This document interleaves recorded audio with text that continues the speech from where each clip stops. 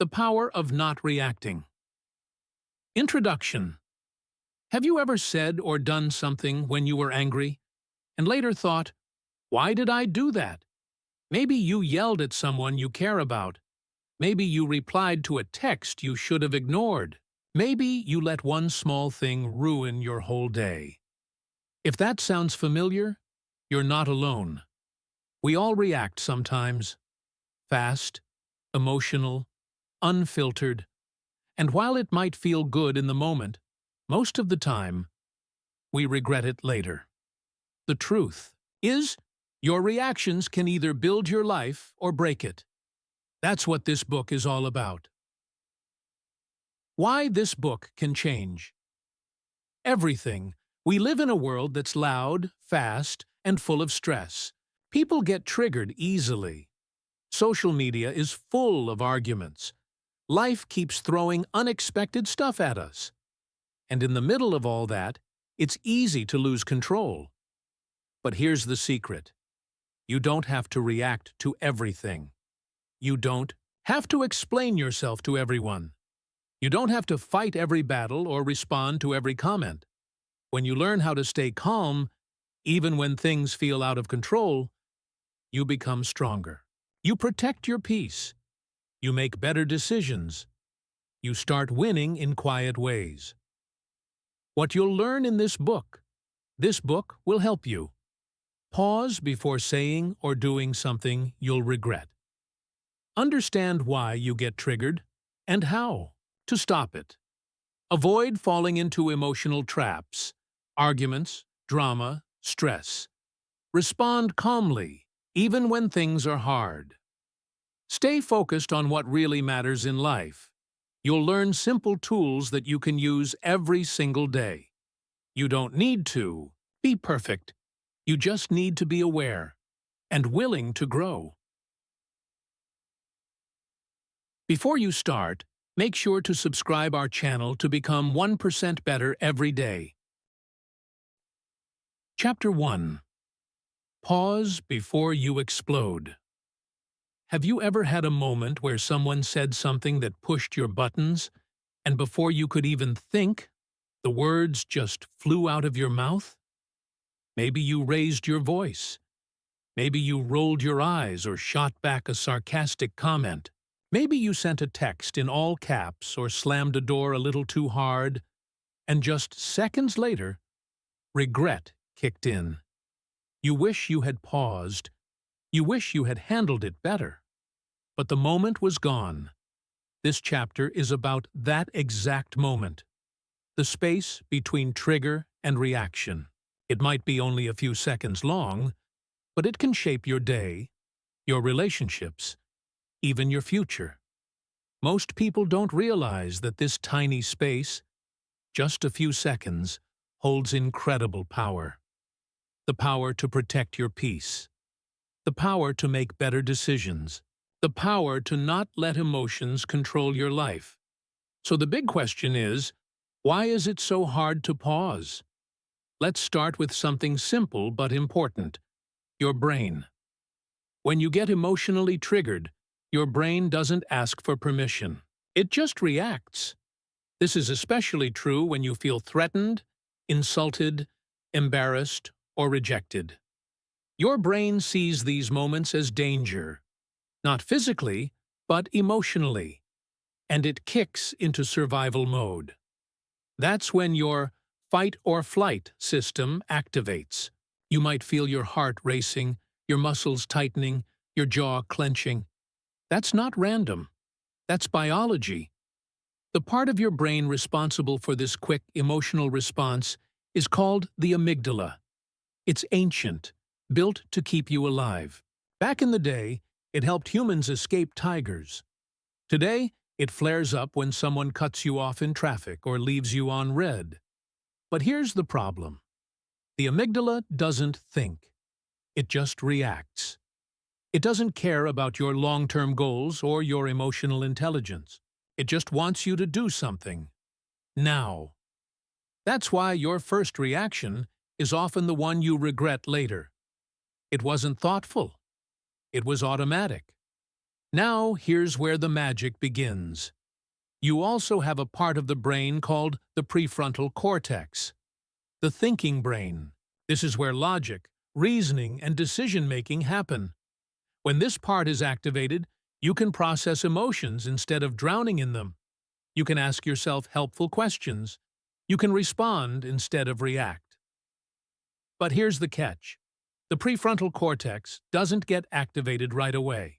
You have to give it a moment to log in. That's where the pause comes in. One of the most powerful techniques for handling emotional triggers is something called the 90-second rule. It's simple, science-based, and it can change how you handle stress forever. Here's how it works. When a strong emotion is triggered in the body, like anger, frustration, or anxiety, it creates a chemical response that lasts for about 90 seconds. That's it. Just a minute and a half. If you allow yourself to just feel that emotion without reacting, it will pass. But if you feed it with angry thoughts, blame, or action, it will keep going. Think about that. 90 seconds. That's all you need to wait to take back control. You don't have to act. You don't have to yell. You don't have to respond. You just have to pause and let the wave pass. So how do you actually pause in real life? When your boss makes that snide comment, when your partner says something rude, or when someone on social media is clearly trying to start a fight, what do? You breathe. Deeply. Intentionally. One simple, effective method is called box breathing, used by athletes, Navy SEALs, and people in high-pressure environments to calm their nervous system. Here's how it works. You breathe in for 4 seconds, hold for 4 seconds, breathe out for 4 seconds, hold again for 4 seconds, then repeat. You can do this quietly at your desk, in the car, or while standing in line at the grocery store. It's like pressing the reset button on your brain. And while you're breathing, something important is happening. You're shifting control from your amygdala to your prefrontal cortex. You're telling your body, I'm safe, I'm calm, I can think clearly. You're making room for a better response. Another tool that helps during this pause is something called mental reframing. This means choosing a new way to look at the situation. Instead of thinking, they disrespected me, I need to snap back, you ask yourself, is this really worth my energy? Instead of, they're trying to get to me, try, maybe they're having a bad day. I don't have to take it personally. Mental reframing doesn't mean you let people walk all over you. It means you protect your peace by seeing things differently. You learn how to pick your battles, and most of them, honestly, aren't worth fighting. Let me tell you something powerful. You are not weak for not reacting. You are wise. Most people believe the louder person wins. But silence is power. Pausing is power. Choosing calm over chaos is not weakness. It's control. It's confidence. It's maturity. Think about the people you respect the most. Are they the ones who explode at every small thing? Or are they the ones who stay grounded, who speak with purpose, who don't waste their energy on things that don't matter? Every time you choose to pause instead of explode, you're becoming that kind of person. Let's look at a real-world example. Imagine you're in a meeting, and a coworker subtly takes credit for your idea. Your first instinct might be to snap, "Hey, that was my idea," or to shut down, feel bitter, and stew in silence for the rest of the day. But if you pause, even for 30 seconds, you can breathe, process, and choose a better way. Maybe you wait for the right moment to speak calmly. Maybe you follow up after the meeting with clarity and respect. Either way, you protected your image, your peace, and your power. That's the win. Or maybe you're at home, and your partner says something that instantly makes you feel disrespected. Your body tenses. You want to argue. You want to shout, but instead, you take a walk. You give it 90 seconds. You breathe. Then you come back and say, "That didn't sit right with me. Can we talk about it?" The result? A conversation, not a fight. This is real emotional power. This is emotional intelligence in action. And, let's be honest, this isn't always easy. Sometimes you want to react. Sometimes it feels justified. Sometimes it feels like the only way to be heard is to get loud, fast, and fierce. But that feeling is temporary, and so is the damage it can cause. Pausing takes practice. It takes self-awareness. It takes patience with yourself. You won't get it perfect every time, but even pausing for 5 seconds before reacting can make a difference. Over time, this pause becomes your superpower. People will start noticing that you don't get pulled into drama like others do, that you handle pressure with calm, that you respond with clarity instead of chaos, that you're not easy to trigger. And guess what? People respect that. People trust that. People follow that. Your peace becomes contagious. Your energy becomes magnetic. You begin to lead, not by force, but by emotional strength. So as you move forward in this book, I want you to remember this. You don't have to react to everything. You don't have to win every argument. You don't have to respond right away. Sometimes, the best move is no move. Just a pause. Just a breath. Just a few seconds of silence that saves you hours of stress later. The pause is where growth happens. The pause is where peace begins. The pause is where the old you starts to fade, and the calm, powerful version of you begins to rise. You're not here to explode. You're here to evolve. Let's keep going. Chapter 2. Don't take the bait. Have you ever found yourself in a pointless argument, halfway through a heated comment thread, or stewing in frustration over something someone said that didn't even matter that much? You knew deep down it wasn't worth your time. You knew it was just noise. But somehow, you got pulled in. Welcome to emotional bait. And in today's world, it's everywhere.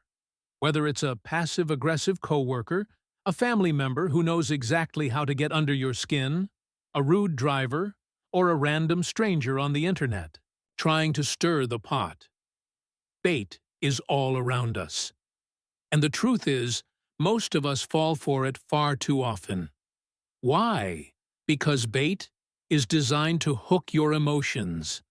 It's not about facts. It's about reaction. It's about pulling you into energy-wasting drama, turning your peace into chaos, and making you forget that you have a choice. This chapter is about protecting that choice. It's about knowing when to engage and when to let it go. It's about mastering the ability to observe instead of absorb. Let's start with something most of us experience: online drama. You scroll through Facebook or Twitter and come across a comment so ridiculous, so offensive, or just so wrong, that your fingers itch to respond. I have to say something, you think. They need to know how wrong they are. But here's the truth. Most of the time, you're not correcting them. You're feeding them. People who throw out bait thrive on attention, not truth. They want your emotional energy. They want the argument. They want to watch you squirm, prove yourself, or lose your cool. When you respond, they win. Now multiply that by all the little traps we face daily. The sarcastic coworker, the short-tempered customer, the gossipy friend, or even your partner on a bad day. Bait doesn't always look like a fight. Sometimes it looks like guilt, or silence, or the "you've changed" comment that stings just enough to pull you back into old patterns. The danger is not the bait itself. It's how often we take it without thinking. Here's something powerful to remember. Just because something invites you to react doesn't mean you have to attend the party. Let's go deeper. What actually happens when you take the bait? First, you get emotionally hijacked. That means your calm, rational mind gets kicked out of the driver's seat and your emotions take over. You stop thinking clearly. Your tone changes. Your body tenses. You shift into defense mode. Second, your energy drains. Think about how much time you've wasted arguing about things that didn't move your life forward. Hours, days, sometimes even longer. Energy that could have gone into your goals, your peace, your joy, wasted on a trap. Third, you reinforce a habit, the habit of reacting. Every time you take the bait, you train your brain to keep doing it. You normalize emotional chaos. You make reactivity feel like your default setting. But here's the good news. You can unlearn it. It starts with awareness. One of the most powerful tools in emotional growth is something called the inner observer. Imagine a part of you that just watches, silently, without judgment. This part of you doesn't react. It notices. It sees the trigger. It hears the tone. It feels the heat rise in your chest. But instead of doing anything, it just pauses and watches. The inner observer is the key to not taking the bait. Let me give you an example. You're at work. Your coworker makes a sly comment like, "Must be nice to take long lunches." Your first instinct is to defend yourself. "Excuse me?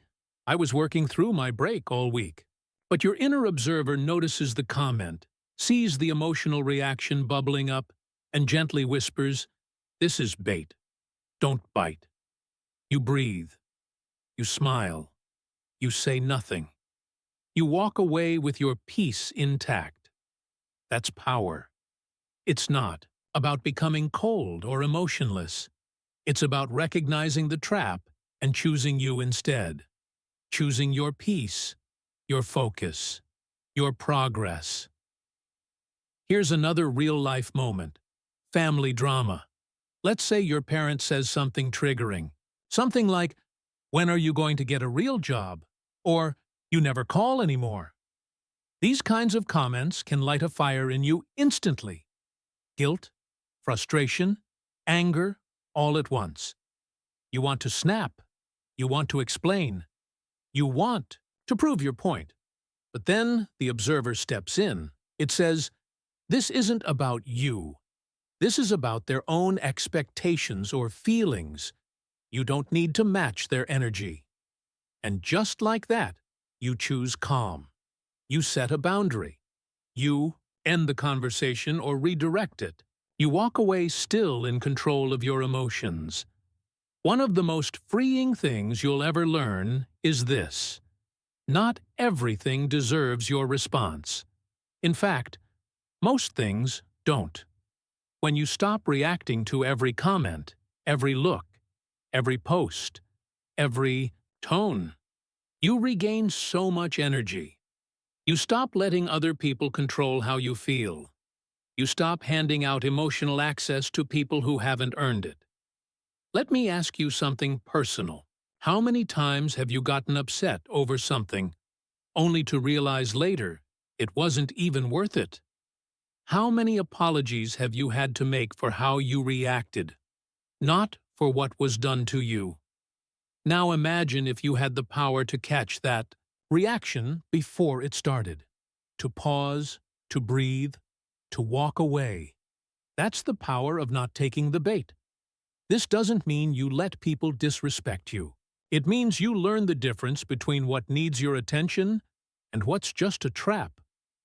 The key is emotional boundaries.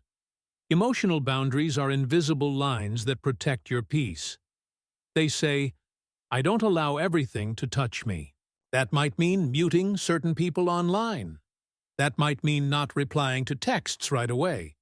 That might mean saying, "I'm not having this conversation right now," and sticking to it. And yes, some people will not like your peace, because when you stop reacting, You stop being easy to control. You stop giving your power away. And that makes some people uncomfortable. But that's okay. Your job isn't to make everyone comfortable. Your job is to protect your mental health, your growth, your life. One mindset shift that helps is this. Silence is not weakness. It's wisdom. When you don't respond to bait, it's not because you're scared or passive. It's because you're free. You've stopped giving your attention to things that drain you. You've stopped treating every trigger like it's your responsibility to fix. Imagine walking through your day with that kind of emotional freedom. Someone cuts you off in traffic, and you're still chill. Someone throws shade online, and you scroll right past it. Someone gives you a look, and you don't even flinch. Not because you don't care, but because you've learned what really deserves your energy. And let me tell you something life-changing. Your energy is your currency. Spend it wisely. If you spend it on stress, fights, and emotional traps, you'll feel broke, tired, distracted, and anxious. But if you spend it on growth, peace, and purpose, you will feel rich, calm, focused, and strong. So the next time you feel the pull, the urge to clap back, to argue, to defend yourself, to set the record straight, stop. Ask yourself, is this worth my peace? Is this bait? Is this who I want to be? If the answer is no, you walk away. You log off. You breathe. You smile. Because you're not here to fight every battle. You're here to rise. You're not ignoring the bait. You're mastering yourself. And that is emotional power. Chapter 3. The Reaction Cost. Think about the last time you overreacted. Maybe it was snapping at someone you care about, firing off an angry email you wish you could unsend, or slamming a door when you could have just walked away. In the moment, it felt justified. Your emotions boiling over, your pride on the line, your mind racing. But then, the cost came. You lost your cool. Maybe you hurt someone. Maybe you embarrassed yourself. Maybe you spent the next few hours or days feeling drained, overthinking what happened, and wondering why you let it get to you. This is the hidden tax of reactivity, and most people don't realize how much they're paying. In this chapter, we're going to break it all down. How every reaction you make costs something, how those small emotional leaks add up over time, and why learning to pause and respond, instead of reacting, is one of the most powerful skills you'll ever develop. Let's start with something real. Reactivity has ruined relationships. It has ended jobs. It has destroyed reputations. It has started wars. Overreacting can cost you trust. It can cost you respect. It can cost you momentum in life, because every time you react instead of respond, you're handing your power away to something external. Now, you might be thinking, but I'm human. I feel things deeply. Am I not allowed to react? Of course you are. But here's the truth. You're allowed to feel everything. You're just not required to act on every feeling. There's a difference between feeling and reacting. Feeling is natural. Reacting is a choice, often an unconscious one. And that's where the cost creeps in. Let's take a closer look at the three major currencies you spend every time you react impulsively: time, energy, and reputation. First, let's talk about time. How much of your life has been spent dwelling on things you said in the heat of the moment? Regretting messages you sent, or fights you started? How many hours have been eaten up replaying arguments in your head, coming up with comebacks, or overthinking what you should have done differently. Reactivity steals time from your future by chaining you to the past. It's like taking out a loan on your peace and paying it back with interest. That one emotional moment ends up costing you days of clarity, focus, and productivity. And over time, that adds up. Second, let's talk about energy. Have you ever felt completely exhausted after an emotional reaction? Your body feels tense. Your mind races. You can't focus. You're tired. Not from physical work, but from emotional chaos. This is because emotional reactions trigger your stress response. Your body floods with cortisol and adrenaline. Your breathing changes. Your nervous system goes into fight or flight mode. Even if you're just sitting at your desk, your body thinks you're in danger. And here's the catch. Your body doesn't know the difference between a real threat and an emotional one. It reacts the same way to a tiger as it does to a passive-aggressive email. So, when you react to every trigger, you're constantly draining your battery. Now, let's look at the third and most long-term cost. Your reputation. People don't always remember what you said, but they always remember how you made them feel. If you're known as someone who flies off the handle, takes everything personally, or can't be trusted to stay calm under pressure, people start to walk on eggshells around you. You lose leadership opportunities. Your influence weakens. Your voice loses power because people expect a storm, not a solution.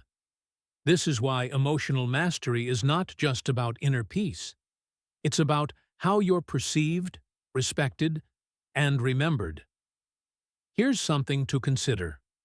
Your emotional PT2. Reactions are creating your legacy in real time. They're writing the story other people tell about you. So what kind of story do you want that to be? Let's shift gears now and talk about a powerful mindset I call the response bank. Imagine that every day you wake up with a limited number of responses you can give. Let's say you get 100 units. These responses are your emotional currency. And just like money, how you spend them determines what kind of return you get. Now ask yourself, are you investing those responses in things that build your future? Or are you spending them on things that only drain you? Arguing with a troll online? That's 10 units gone. Snapping at your partner over something minor? 15 units. Replaying an old conversation for the 100th time? 20 units. Reacting to a negative comment that doesn't matter in the long run? Another 10. Suddenly, you're broke. And now you've got nothing left for the gym, the side project you wanted to start, the deep conversation you meant to have, or the quiet space you needed to rest. This is the hidden cost of emotional impulsiveness. It's not just about what you said. It's about what you lost the ability to do because you spent all your energy reacting to things that didn't deserve your attention. But here's where the real shift happens.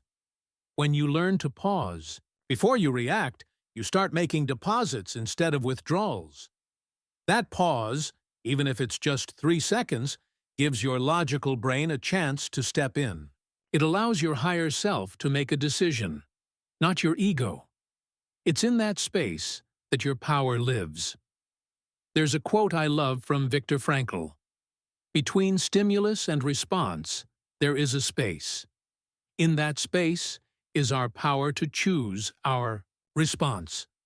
In our response lies our growth and our freedom. That space is everything, and most people don't realize they have access to it because they're so used to reacting automatically. So how do you create that space? You start by recognizing your emotional patterns. You slow down. You notice when something triggers you. You breathe before you speak. You delay the text. You close your laptop instead of sending the email. You say, "Let me think about it." Instead of rushing into defense mode, it's not always easy. Sometimes it will feel like holding back a tidal wave, but every time you do it, you grow stronger. You train your nervous system to handle discomfort without needing to explode. You become someone who responds with wisdom instead of ego. And that makes you rare. In a world full of noise, chaos, and emotional explosions, calm is power. It makes you stand out. It makes people trust you. It makes your words carry more weight because you don't waste them. Let's talk about leadership for a second. Whether you're leading a team, a family, or just your own life, how you handle pressure determines how far you'll go. Leaders who can stay calm in chaos are the ones people follow. They don't let outside energy shape their inside state. And guess what? That kind of leadership starts with this simple truth. Not every reaction is worth it. Here's a personal exercise that helped me, and has helped thousands of people I've worked with. Next time you feel triggered, ask yourself 3 questions. Is this important? Is this true? Is this worth my energy? If the answer to any of those is no, walk away. Save your emotional currency for something better. Deposit it into something that builds your life. It might be uncomfortable at first. You might feel like you're letting people win by not responding. But you're not. You're letting yourself win. You're choosing long-term peace over short-term ego. And with time, you'll start to notice the compound interest of emotional discipline. Your days feel lighter. Your mind feels clearer.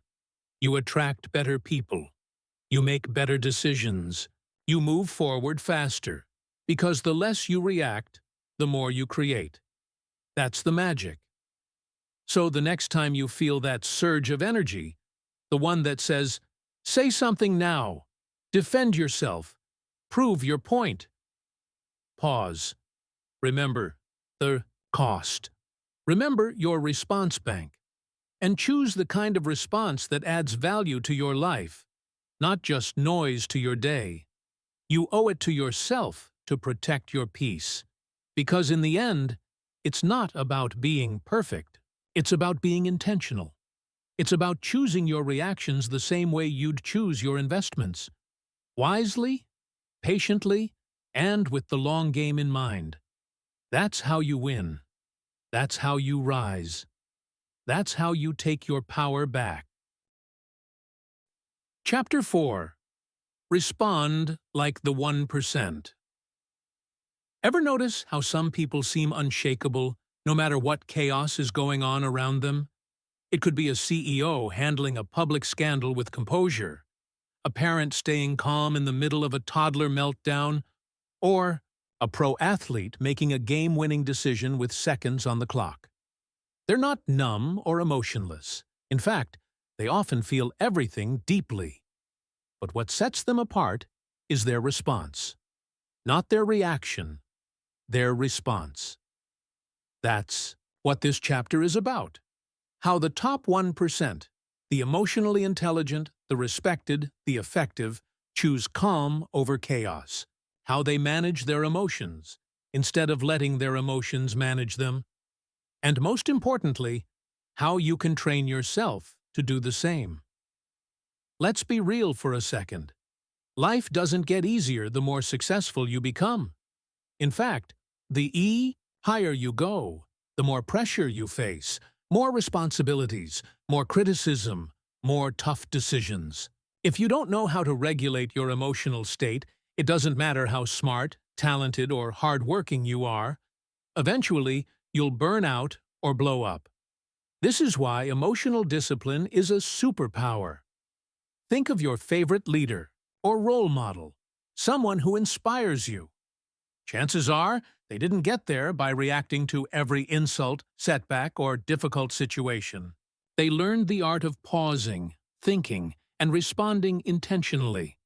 They built emotional muscles most people ignore. This isn't just some soft skill. It's the skill. The one that shapes careers, relationships, and reputation. So, how? Do they do it? Let's break down what the 1% do differently. Not because they're special, but because they've trained themselves in habits that anyone, yes, even you, can learn. First, they name their emotions. It sounds simple, but most people don't do it. When something triggers them, they just feel bad, angry, or off. But research shows that people who can label their emotions, I feel frustrated, I feel disrespected, I feel anxious, actually calm down faster. Why? Because naming an emotion shifts it from the emotional part of your brain to the thinking part. It gives you distance. It turns chaos into clarity. Try this.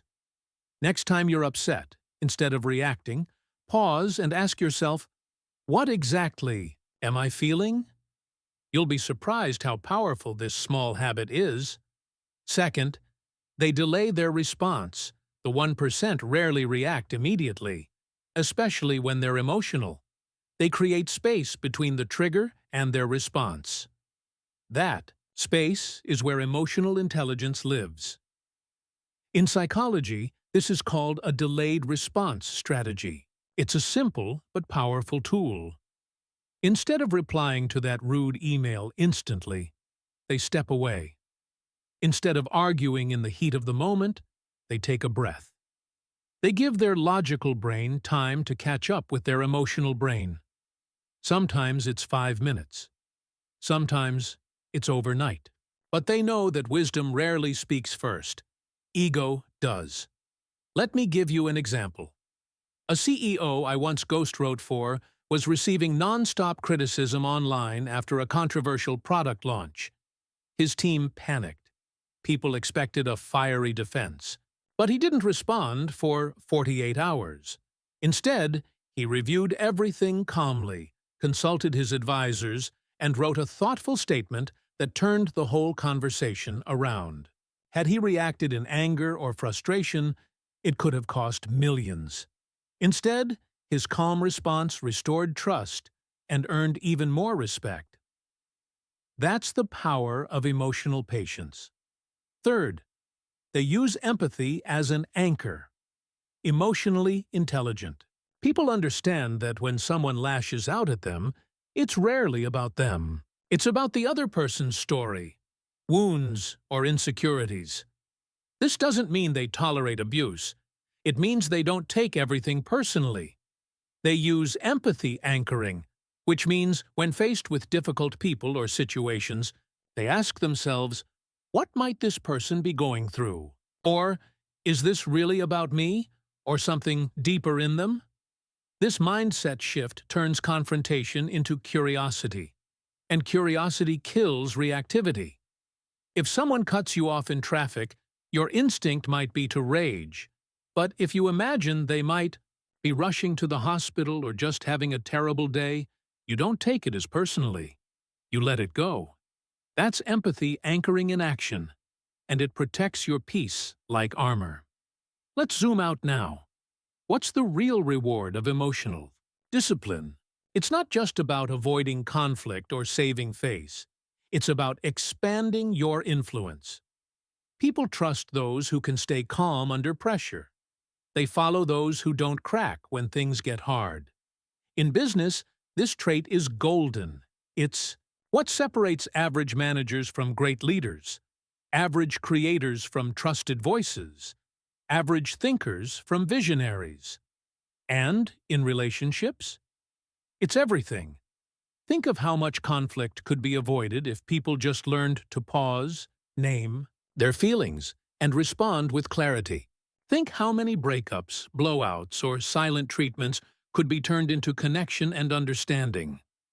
Emotional control isn't suppression. It's mastery. It's saying, I'm allowed to feel deeply, but I don't have to act on every emotion recklessly. It's being so self-aware that you don't let temporary feelings create permanent damage. Let's take it even deeper. Do you know why the top 1% take this so seriously? Because they know the real enemy isn't the world. It's their own mind. They know that stress, Criticism, pressure, and failure are inevitable. But if they can stay emotionally balanced, they don't collapse under the weight of them. They keep moving. They keep showing up with clarity.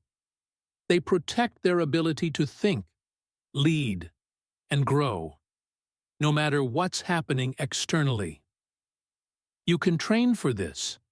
You don't have to be born with it. You can practice pausing when triggered. You can practice naming your emotions. You can build the habit of not responding immediately.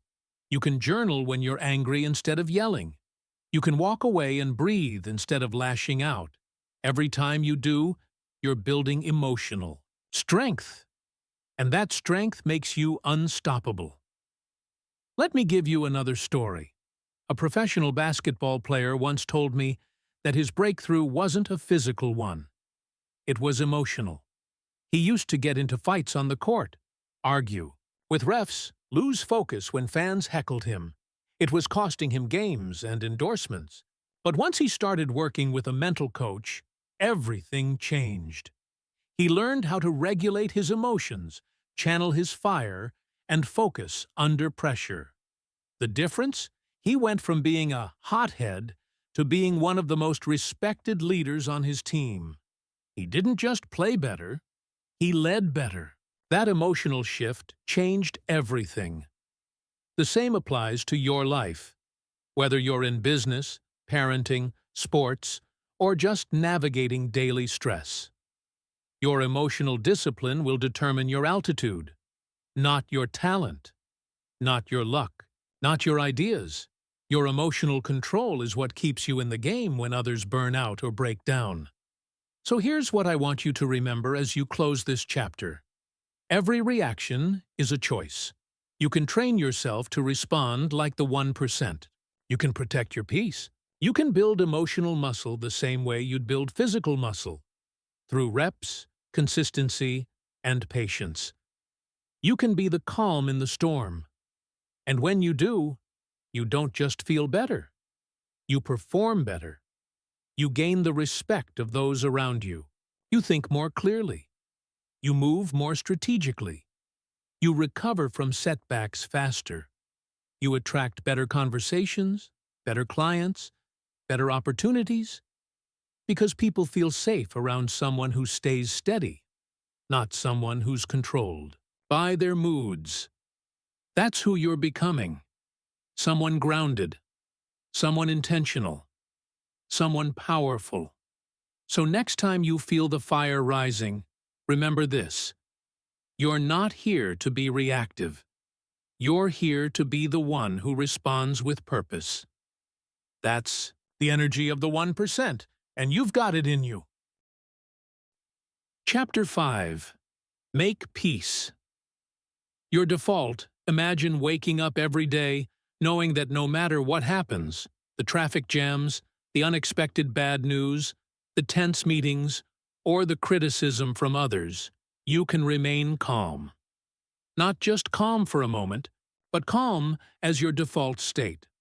Not numb or disconnected, but grounded, steady, and fully in control of your emotional landscape. This is the goal of this chapter, helping you make peace your default mode in a chaotic world. It's easy to get swept away by life's storms.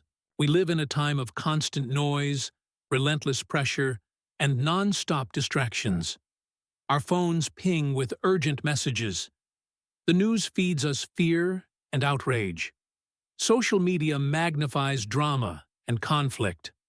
Our brains, wired by evolution to scan for threats, are on high alert almost constantly. This causes stress to pile up, emotions to spike, and reactions to spiral out of control. But what if I told you that you can rewire your brain, literally change how your nervous system responds, so that peace, calm, and clarity become your automatic response? It's not just a feel-good idea or some fluffy mindfulness mantra. This is science.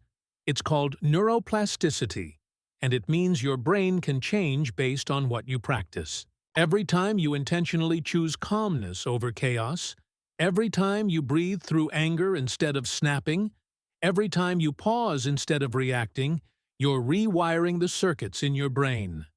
You're training your nervous system to be calm as the default. The good news? This rewiring isn't a distant dream. It starts now. Today. Let's dig into how to make peace your default. How to become unshakable. First, you need to understand how your nervous system works under stress. When you feel threatened, whether physically or emotionally, your brain activates the fight, flight, or freeze response. Your heart races, your muscles tense, and your thinking narrows to focus on the danger. This reaction saved our ancestors from lions and wild animals, but today it often kicks in over things like a harsh email or a critical comment. That's why it feels so intense and uncontrollable. The problem is, this stress response can become your habitual response. If you don't intentionally interrupt it, your nervous system stays on edge, making you reactive, anxious, or overwhelmed most of the time. So the first step is learning how to interrupt this automatic reaction. How to flip the switch from fight or flight to calm and collected. One of the most effective tools to do this is simple: breath control. Sounds basic, but breathing deeply and slowly sends a powerful signal to your brain that you're safe. It activates the parasympathetic nervous system, the rest and digest mode, which lowers your heart rate and calms your mind. Try this right now. Take a slow breath in for 4 seconds. Hold it for 4. Then breathe out for 6. Repeat this a few times and feel the tension melt away. This is your brain's reset button. The more you practice this, the more your nervous system learns to switch off stress and switch on calm. Another powerful practice is mindfulness. Being present with whatever is happening without judgment. Mindfulness rewires the brain areas responsible for emotional regulation and self-awareness. When you practice mindfulness daily, you become better at noticing your emotional state early, before it explodes. You catch the trigger, you pause, and you respond thoughtfully. It's like installing an early warning system inside your mind. Many people think mindfulness means hours of meditation, but it doesn't have to be complicated. It can be as simple as taking a moment to notice your senses, the feel of your feet on the ground, the sounds around you, or the rhythm of your breath. This tiny habit builds resilience over time. Alongside mindfulness, journaling is an underrated but transformative habit. Writing down your thoughts and feelings helps you process emotions and gain clarity. It creates space between you and your inner turmoil. When you journal regularly, you start to see patterns: what triggers you, how you usually react, and what thoughts fuel your stress. This awareness is crucial for change. Journaling also lets you practice gratitude, which shifts your brain's focus from scarcity and fear to abundance and safety. Gratitude literally rewires your brain's chemistry to produce more serotonin and dopamine, the feel-good neurotransmitters. When you feel good more often, peace becomes easier. Now let's talk about something that often trips people up: the belief that peace is passive. It's not. Making peace your default means you choose calmness actively. It means you don't let emotions run the show. It means you set boundaries with yourself and others to protect your energy. This takes courage and strength, not weakness. Sometimes, peace means saying no to toxic people or draining commitments. Sometimes it means walking away from arguments. Sometimes it means facing your own uncomfortable emotions rather than distracting yourself. True peace requires honest self-leadership. Here's a reality check. Life will never be perfectly peaceful. Challenges will come. People will disappoint you. stress will rise. The difference is how you meet those challenges. Do you meet them like a leaf tossed in the storm, helpless and reactive? Or do you stand like a mighty oak, rooted, steady, and unshakable? This is what emotional mastery looks like. Now, I want to share a simple daily routine that many high performers use to rewire their brains for calm. It's called the peace practice. You don't need fancy apps or hours of free time, just 10 minutes a day. Start by sitting quietly.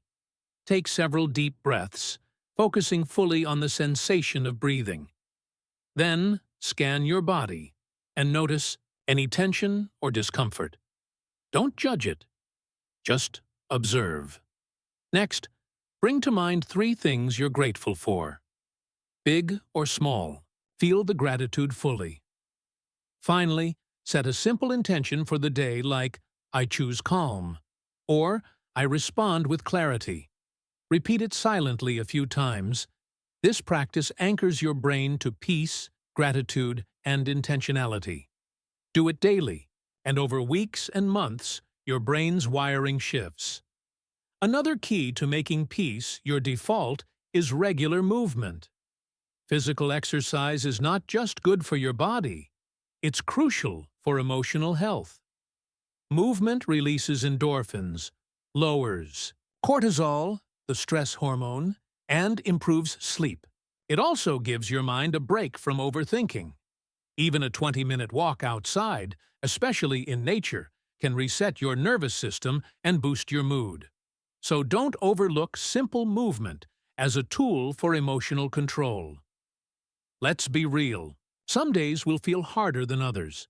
You might snap or lose your cool despite your best efforts. And that's okay. Emotional mastery isn't about perfection. It's about progress and compassion with yourself. When you do react, instead of beating yourself up, view it as data. Ask yourself, what triggered me? What can I learn? How can I handle it better next time? This mindset turns failures into fuel for growth. Finally, remember the power of community. Humans are wired for connection, and isolation increases stress and reactivity. Surround yourself with people who support your calm, who model emotional control, and who encourage your growth.